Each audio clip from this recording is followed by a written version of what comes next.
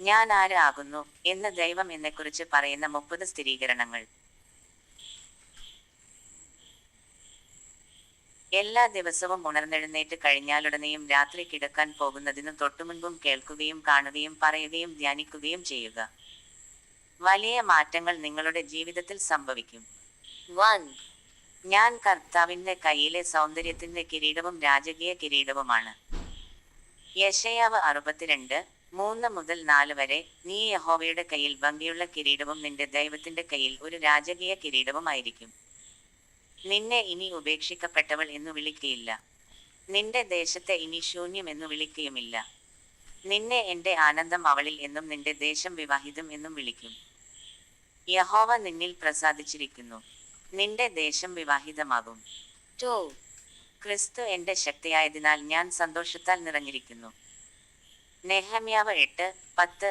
നെഹമ്യാവ് തുടർന്നു, നിങ്ങൾ പോയി മൃഷ്ടാന്ന ഭോജനങ്ങളുടെയും മധുരപാനീയങ്ങളുടെയും ഒരു വിരുന്നു ആഘോഷിക്കുവിൻ. ഒന്നും തയ്യാറാക്കാത്ത ആളുകളുമായി ഭക്ഷണ സാധനങ്ങൾ പങ്കുവെക്കുവിൻ. ഇത് നമ്മുടെ കർത്താവിന്റെ മുമ്പാകെ ഒരു വിശുദ്ധ ദിവസമാണ്. നിരാശപ്പെടരുത്, ദുഃഖിക്കരുത്. കാരണം കർത്താവിന്റെ സന്തോഷം നിങ്ങളുടെ ബലമാണ്. 3. ഞാൻ ദൈവമകനാണ്. 1 യോഹന്നാൻ 3:1. നമ്മുടെ പിതാവ് നമ്മെ എത്രമാത്രം സ്നേഹിക്കുന്നുവെന്ന് നോക്കൂ, കാരണം അവൻ നമ്മെ തന്റെ മക്കൾ എന്ന് വിളിക്കുന്നു. അങ്ങനെയാണ് നമ്മൾ. എന്നാൽ ഈ ലോകത്തിലുള്ള ആളുകൾ അവനെ അറിയാത്തതിനാൽ നാം ദൈവമക്കളാണെന്ന് തിരിച്ചറിയുന്നില്ല. ഗലാത്യർ 4:6-7 വരെ. നാം അവന്റെ മക്കളായതിനാൽ ദൈവം തന്റെ പുത്രന്റെ ആത്മാവിനെ നമ്മുടെ ഹൃദയങ്ങളിലേക്ക് അയച്ചു. അബ്ബാ, പിതാവേ എന്ന് വിളിക്കാൻ നമ്മെ പ്രേരിപ്പിച്ചു. ഇപ്പോൾ നിങ്ങൾ ഇനി ഒരു അടിമയല്ല, മറിച്ച് ദൈവത്തിന്റെ സ്വന്തം പുത്രനാണ്. നിങ്ങൾ അവന്റെ പുത്രനാകയാൽ ദൈവം നിങ്ങളെ അവന്റെ അവകാശിയാക്കിയിരിക്കുന്നു. 4. ഞാൻ അവന്റെ പ്രിയപ്പെട്ടവനാണ്. സഫന്യാവ് 3:17. നിന്റെ ദൈവമായ യഹോവ രക്ഷിക്കുന്ന വീരനായി നിന്റെ മധ്യേ ഇരിക്കുന്നു. അവൻ നിന്നിൽ സന്തോഷത്തോടെ ആനന്ദിക്കും. തന്റെ സ്നേഹത്താൽ അവൻ നിന്നെ മിണ്ടാതിരിക്കും. ഉച്ചത്തിലുള്ള സംഗീതത്തോടെ അവൻ നിങ്ങളിൽ ആനന്ദിക്കും. 5. ദൈവം എന്നെ കാണുന്നു. ഉൽപ്പത്തി 16:13. അതിനുശേഷം തന്നോട് സംസാരിച്ച യഹോവയെ സൂചിപ്പിക്കാൻ ഹാഗാർ മറ്റൊരു പേര് ഉപയോഗിച്ചു. അവൾ പറഞ്ഞു, നീ എന്നെ കാണുന്ന ദൈവമാണ്. അവൾ പറഞ്ഞു, എന്നെ കാണുന്നവനെ ഞാൻ യഥാർത്ഥത്തിൽ കണ്ടിട്ടുണ്ടോ? 6. ഞാൻ പരിശുദ്ധനും കുറ്റമറ്റവനുമാണ്. കൊലോസ്യർ 1:22. എന്നാൽ ഇപ്പോൾ അവൻ നിങ്ങളെ ക്രിസ്തുവിന്റെ ഭൗതിക ശരീരത്തിലുള്ള മരണത്തിലൂടെ തന്നോട് നിരപ്പിച്ചു. തൽഫലമായി അവൻ നിങ്ങളെ അവന്റെ സന്നിധിയിലേക്ക് കൊണ്ടുവന്നിരിക്കുന്നു. ഒരു തെറ്റുമില്ലാതെ അവന്റെ മുമ്പാകെ നിൽക്കുമ്പോൾ നിങ്ങൾ വിശുദ്ധരും കുറ്റമറ്റവരുമാണ്. 7. ഞാൻ ദൈവത്താൽ അടയാളപ്പെടുത്തപ്പെട്ടിരിക്കുന്നു. 1 കൊരിന്ത്യർ 6:19-20 വരെ. നിങ്ങളുടെ ശരീരം നിങ്ങളിൽ വസിക്കുന്ന പരിശുദ്ധാത്മാവിന്റെ ആലയമാണെന്നും ദൈവം നിങ്ങൾക്ക് നൽകിയതാണെന്നും നിങ്ങൾ മനസ്സിലാക്കുന്നില്ലേ? നിങ്ങൾ നിങ്ങളുടേതല്ല. 20. കാരണം ദൈവം നിങ്ങളെ ഉയർന്ന വിലയ്ക്ക് വാങ്ങി. അതിനാൽ നിങ്ങളുടെ ശരീരം കൊണ്ട് നിങ്ങൾ ദൈവത്തെ ബഹുമാനിക്കണം. 8. ഞാൻ നിധി പോലെ സൂക്ഷിക്കപ്പെടുന്നു. ആവർത്തന പുസ്തകം 14:2. നിങ്ങളുടെ ദൈവമായ യഹോവയ്ക്കു നിങ്ങളെ വിശുദ്ധന്മാരായി വേർതിരിച്ചിരിക്കുന്നു. ഭൂമിയിലെ സകലജാതികളിൽ നിന്നും അവൻ നിങ്ങളെ തന്റെ പ്രത്യേക നിക്ഷേപമായി തെരഞ്ഞെടുത്തിരിക്കുന്നു. 9. ഞാൻ ക്രിസ്തുവിൽ ജീവിക്കുന്നു. എഫെസ്യർ 2:5. അതിക്രമങ്ങളാൽ മരിച്ചവരായിരുന്ന നമ്മെ ക്രിസ്തുവിനോടുകൂടെ ജീവിപ്പിച്ചു. കൃപയാലത്രേ നിങ്ങൾ രക്ഷിക്കപ്പെട്ടിരിക്കുന്നതു. 10. ഞാൻ ദൈവത്തിന്റെ മാസ്റ്റർ പീസ് ആണ്. എഫെസ്യർ 2:10. നാം ദൈവത്തിന്റെ കലാസൃഷ്ടികളാണ്. അവൻ നമ്മെ ക്രിസ്തുയേശുവിൽ പുതുതായി സൃഷ്ടിച്ചിരിക്കുന്നു. അങ്ങനെ അവൻ വളരെക്കാലം മുമ്പ് നമുക്കുവേണ്ടി ആസൂത്രണം ചെയ്ത നല്ല കാര്യങ്ങൾ നമുക്ക് ചെയ്യാൻ കഴിയും. 11. ഞാൻ കൈകൊണ്ട് നിർമ്മിച്ച ആളാണ്. യോഹന്നാൻ 15:16. നിങ്ങൾ എന്നെ തെരഞ്ഞെടുത്തില്ല, ഞാൻ നിങ്ങളെ തിരഞ്ഞെടുത്തു. നിങ്ങൾ പോയി എന്റെ നാമത്തിൽ പിതാവിനോട് അപേക്ഷിക്കുന്നതെന്തും അവൻ നിങ്ങൾക്ക് തരേണ്ടതിന്, നിങ്ങൾ പോയി നിലനിൽക്കുന്ന ഫലം കാക്കേണ്ടതിന് ഞാൻ നിങ്ങളെ നിയോഗിച്ചിരിക്കുന്നു. യിരെമ്യാവ് 1:5. നിന്റെ അമ്മയുടെ ഉദരത്തിൽ നിന്നെ രൂപപ്പെടുത്തുന്നതിനു മുമ്പേ ഞാൻ നിന്നെ അറിഞ്ഞു. നീ ജനിക്കുന്നതിനു മുമ്പേ ഞാൻ നിന്നെ വേർതിരിച്ചു, ജാതികൾക്കു എന്റെ പ്രവാചകനായി നിയമിച്ചു. 12. ഞാൻ സുഖം പ്രാപിച്ചു. 1 പത്രോസ് 2:24. പാപത്തിന് മരിച്ച് നീതിക്കുവേണ്ടി ജീവിക്കാൻ കഴിയേണ്ടതിന് അവൻ നമ്മുടെ പാപങ്ങളെ സ്വന്തം ശരീരത്തിൽ വഹിച്ചുകൊണ്ട് ക്രൂശിൽ കയറി. അവന്റെ മുറിവുകളാൽ നിങ്ങൾ സൗഖ്യം പ്രാപിച്ചു. 13. ഞാൻ ഉപേക്ഷിക്കപ്പെട്ടവനല്ല, ക്രിസ്തു എന്നെ സ്വീകരിച്ചിരിക്കുന്നു.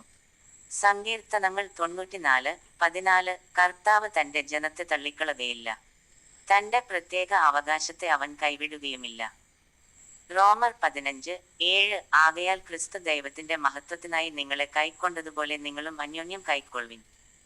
14. ഞാൻ ക്രിസ്തുവിൽ സുരക്ഷിതനാണ്. 2 കൊരിന്ത്യർ 1:22. അവൻ നമുക്ക് വാഗ്ദാനം ചെയ്ത എല്ലാത്തിനും ഉറപ്പു നൽകുന്ന ആദ്യ ഗഡുവായി പരിശുദ്ധാത്മാവിനെ നമ്മുടെ ഹൃദയങ്ങളിൽ സ്ഥാപിച്ചുകൊണ്ട് അവൻ നമ്മെ തന്റേതായി തിരിച്ചറിഞ്ഞു. 15. ഞാൻ ഇനി ഭയത്തിന് അടിമയല്ല. യെശയ്യാവ് 41:10. ആകയാൽ ഭയപ്പെടേണ്ട, ഞാൻ നിന്നോടുകൂടെ ഉണ്ടു. ഭ്രമിച്ചു നോക്കേണ്ട, ഞാൻ നിന്റെ ദൈവമാകുന്നു. ഞാൻ നിന്നെ ശക്തിപ്പെടുത്തുകയും സഹായിക്കുകയും ചെയ്യും. എന്റെ നീതിയുള്ള വലങ്കൈ കൊണ്ട് ഞാൻ നിന്നെ താങ്ങും. 16. ഞാൻ ദൈവത്തിന്റെ ഒരു സുഹൃത്താണ്. യോഹന്നാൻ 15:15. യജമാനൻ ചെയ്യുന്നത് ദാസെന്ന് മനസ്സിലാകാകൊണ്ട് ഞാൻ നിങ്ങളെ ഇനി ദാസന്മാർ എന്ന് പറയുന്നില്ല. എന്റെ പിതാവിൽ നിന്നു കേട്ടത് ഒക്കെയും ഞാൻ നിങ്ങളെ സ്നേഹിതന്മാർ എന്നു വിളിച്ചിരിക്കുന്നു. 17. ഞാൻ രാജ്യത്തിന്റെ അവകാശിയാണ്. റോമർ 8:16-17 വരെ. കാരണം നാം ദൈവത്തിന്റെ മക്കളാണെന്ന് സ്ഥിരീകരിക്കാൻ അവന്റെ ആത്മാവ് നമ്മുടെ ആത്മാവുമായി സംയോജിക്കുന്നു. 17. നാം അവന്റെ മക്കളായതിനാൽ നാം അവന്റെ അവകാശികളാണ്. വാസ്തവത്തിൽ ക്രിസ്തുവിനൊപ്പം നാം ദൈവത്തിന്റെ മഹത്വത്തിന്റെ അവകാശികളാണ്. എന്നാൽ നാം അവന്റെ മഹത്വം പങ്കിടണമെങ്കിൽ നാം അവന്റെ കഷ്ടപ്പാടുകളും പങ്കിടണം. 18. ഞാൻ ദൈവത്തിന്റെ സ്വരൂപത്തിൽ സൃഷ്ടിക്കപ്പെട്ടിരിക്കുന്നു. ഉൽപ്പത്തി 1:27. അങ്ങനെ ദൈവം തന്റെ സ്വരൂപത്തിൽ മനുഷ്യനെ സൃഷ്ടിച്ചു. ദൈവത്തിന്റെ സ്വരൂപത്തിൽ അവരെ സൃഷ്ടിച്ചു, ആണും പെണ്ണുമായി അവരെ സൃഷ്ടിച്ചു. 19. ഞാൻ സ്വതന്ത്രനാണ്. റോമർ 6:14-18 വരെ. ഇത് ഓർക്കുക, പാപം നിങ്ങളെ ജയിക്കുകയില്ല, കാരണം ദൈവം ഇതിനകം തന്നെ ജയിച്ചിട്ടുണ്ട്. നിങ്ങൾ നിയമത്താൽ ഭരിക്കപ്പെടുന്നില്ല, മറിച്ച് ദൈവകൃപയുടെ ഭരണത്താൽ ഭരിക്കപ്പെടുന്നു. പിന്നെ നമ്മൾ എന്താണ് ചെയ്യേണ്ടത്? നമ്മെ കുറ്റം വിധിക്കാൻ ഇനി ഒരു നിയമവുമില്ലാത്തതിനാൽ നമ്മൾ മനസ്സോടെ പാപം ചെയ്യണോ? എത്ര ഭയാനകമായ ചിന്ത! നിങ്ങളുടെ സ്വന്തം യജമാനനെ തിരഞ്ഞെടുക്കാൻ കൃപ നിങ്ങളെ സ്വതന്ത്രരാക്കുന്നുവെന്ന് നിങ്ങൾ മനസ്സിലാക്കുന്നില്ലേ? എന്നാൽ ശ്രദ്ധാപൂർവം തിരഞ്ഞെടുക്കുക, കാരണം നിങ്ങൾ ഒരു ദാസനാകാൻ നിങ്ങളെ തന്നെ സമർപ്പിക്കുന്നു. നിങ്ങൾ അനുസരിക്കാൻ തിരഞ്ഞെടുക്കുന്നവൻ നിബന്ധിതനാണ്. നിങ്ങൾ പാപത്തെ സ്നേഹിക്കാൻ തിരഞ്ഞെടുക്കുകയാണെങ്കിൽ അത് നിങ്ങളുടെ യജമാനനാകും. അത് നിങ്ങളെ സ്വന്തമാക്കുകയും നിങ്ങൾക്ക് മരണം പ്രതിഫലമായി നൽകുകയും ചെയ്യും. എന്നാൽ നിങ്ങൾ ദൈവത്തെ സ്നേഹിക്കാനും അനുസരിക്കാനും തിരഞ്ഞെടുക്കുകയാണെങ്കിൽ അവൻ നിങ്ങളെ പൂർണ്ണ നീതിയിലേക്ക് നയിക്കും. ദൈവം നിങ്ങളിൽ പ്രസാദിച്ചിരിക്കുന്നു, കാരണം നിങ്ങൾ മുമ്പ് പാപത്തിന്റെ ദാസന്മാരായിരുന്നു. എന്നാൽ ഇപ്പോൾ നിങ്ങളുടെ അനുസരണം ഹൃദയത്തിന്റെ ആഴത്തിലുള്ളതാണ്. നിങ്ങൾ അർപ്പിതരായ പഠിപ്പിക്കലിലൂടെ നിങ്ങളുടെ ജീവിതം സത്യത്താൽ രൂപപ്പെടുത്തപ്പെടുന്നു. ഇപ്പോൾ നിങ്ങൾ നിങ്ങളുടെ മുൻ യജമാനനായ പാപത്തിൽ നിന്നുള്ള നിങ്ങളുടെ മോചനം ആഘോഷിക്കുന്നു. നിങ്ങൾ അതിന്റെ അടിമത്തം ഉപേക്ഷിച്ചു. ഇപ്പോൾ ദൈവത്തിന്റെ പൂർണ്ണമായ നീതി അവന്റെ സ്നേഹനിധികളായ ദാസന്മാരായി നിങ്ങളുടെ മേൽ അധികാരം വഹിക്കുന്നു. 19. ഞാൻ വീണ്ടെടുക്കപ്പെട്ടു. എഫെസ്യർ 1:7. അവന്റെ രക്തത്താൽ നമുക്ക് അവന്റെ കൃപയുടെ സമൃദ്ധിക്കൊത്തവണ്ണം അതിക്രമങ്ങളുടെ മോചനമെന്ന വീണ്ടെടുപ്പ് ഉണ്ട്. 20. ഞാൻ വിജയിച്ചു. 2 കൊരിന്ത്യർ 2:14. എന്നാൽ ക്രിസ്തുവിൽ ഞങ്ങളെ എപ്പോഴും വിജയഘോഷയാത്രയിൽ നയിക്കുകയും ഞങ്ങളിലൂടെ എല്ലായിടത്തും അവനെക്കുറിച്ചുള്ള പരിജ്ഞാനത്തിന്റെ സുഗന്ധം പരത്തുകയും ചെയ്യുന്ന ദൈവത്തിന് സ്തോത്രം. ആവർത്തനം 20:4. നിങ്ങളുടെ ദൈവമായ യഹോവ നിങ്ങൾക്കുവേണ്ടി ശത്രുക്കളോട് യുദ്ധം ചെയ്ത് നിങ്ങൾക്ക് വിജയം നൽകുവാൻ നിങ്ങളോടുകൂടെ പോരുന്നു.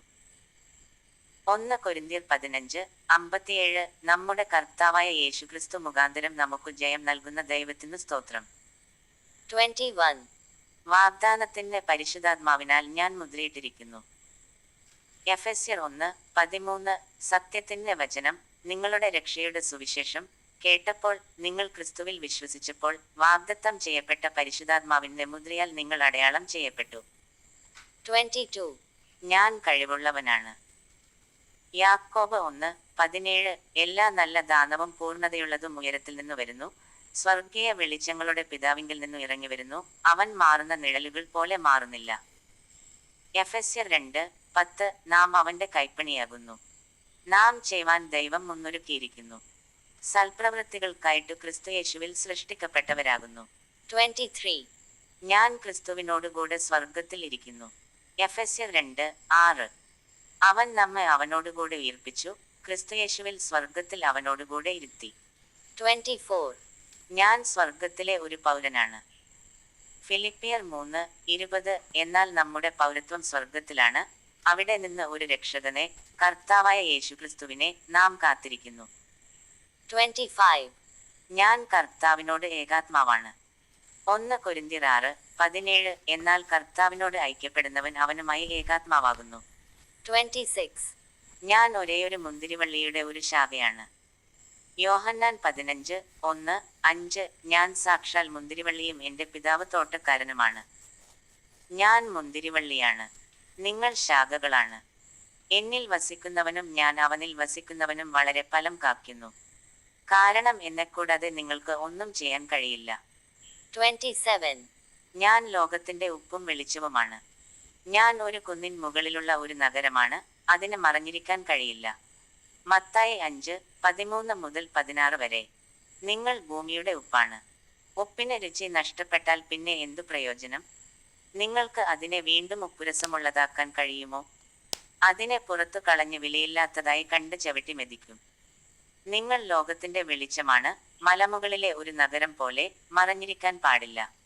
ആരും വിളക്ക് കത്തിച്ച് ഒരു കൊട്ടയുടെ കീഴിൽ വയ്ക്കുന്നില്ല. പകരം ഒരു വിളക്ക് ഒരു തണ്ടിന്മേൽ വയ്ക്കുന്നു, അത് വീട്ടിലെ എല്ലാവർക്കും വെളിച്ചം നൽകുന്നു. അതുപോലെ എല്ലാവരും നിങ്ങളുടെ സ്വർഗസ്ഥനായ പിതാവിനെ സ്തുതിക്കേണ്ടതിന് നിങ്ങളുടെ നല്ല പ്രവൃത്തികൾ എല്ലാവരും കാണുന്നതുപോലെ പ്രകാശിക്കട്ടെ. 28. ഞാൻ ദൈവത്തിന്റെ ഒരു സ്ഥാനപതിയാണ്. 2 കൊരിന്ത്യർ 5:20. അതുകൊണ്ട് നാം ക്രിസ്തുവിന്റെ സ്ഥാനപതികളാണ്. ദൈവം നമ്മിലൂടെ തന്റെ അഭ്യർത്ഥന നടത്തുന്നു.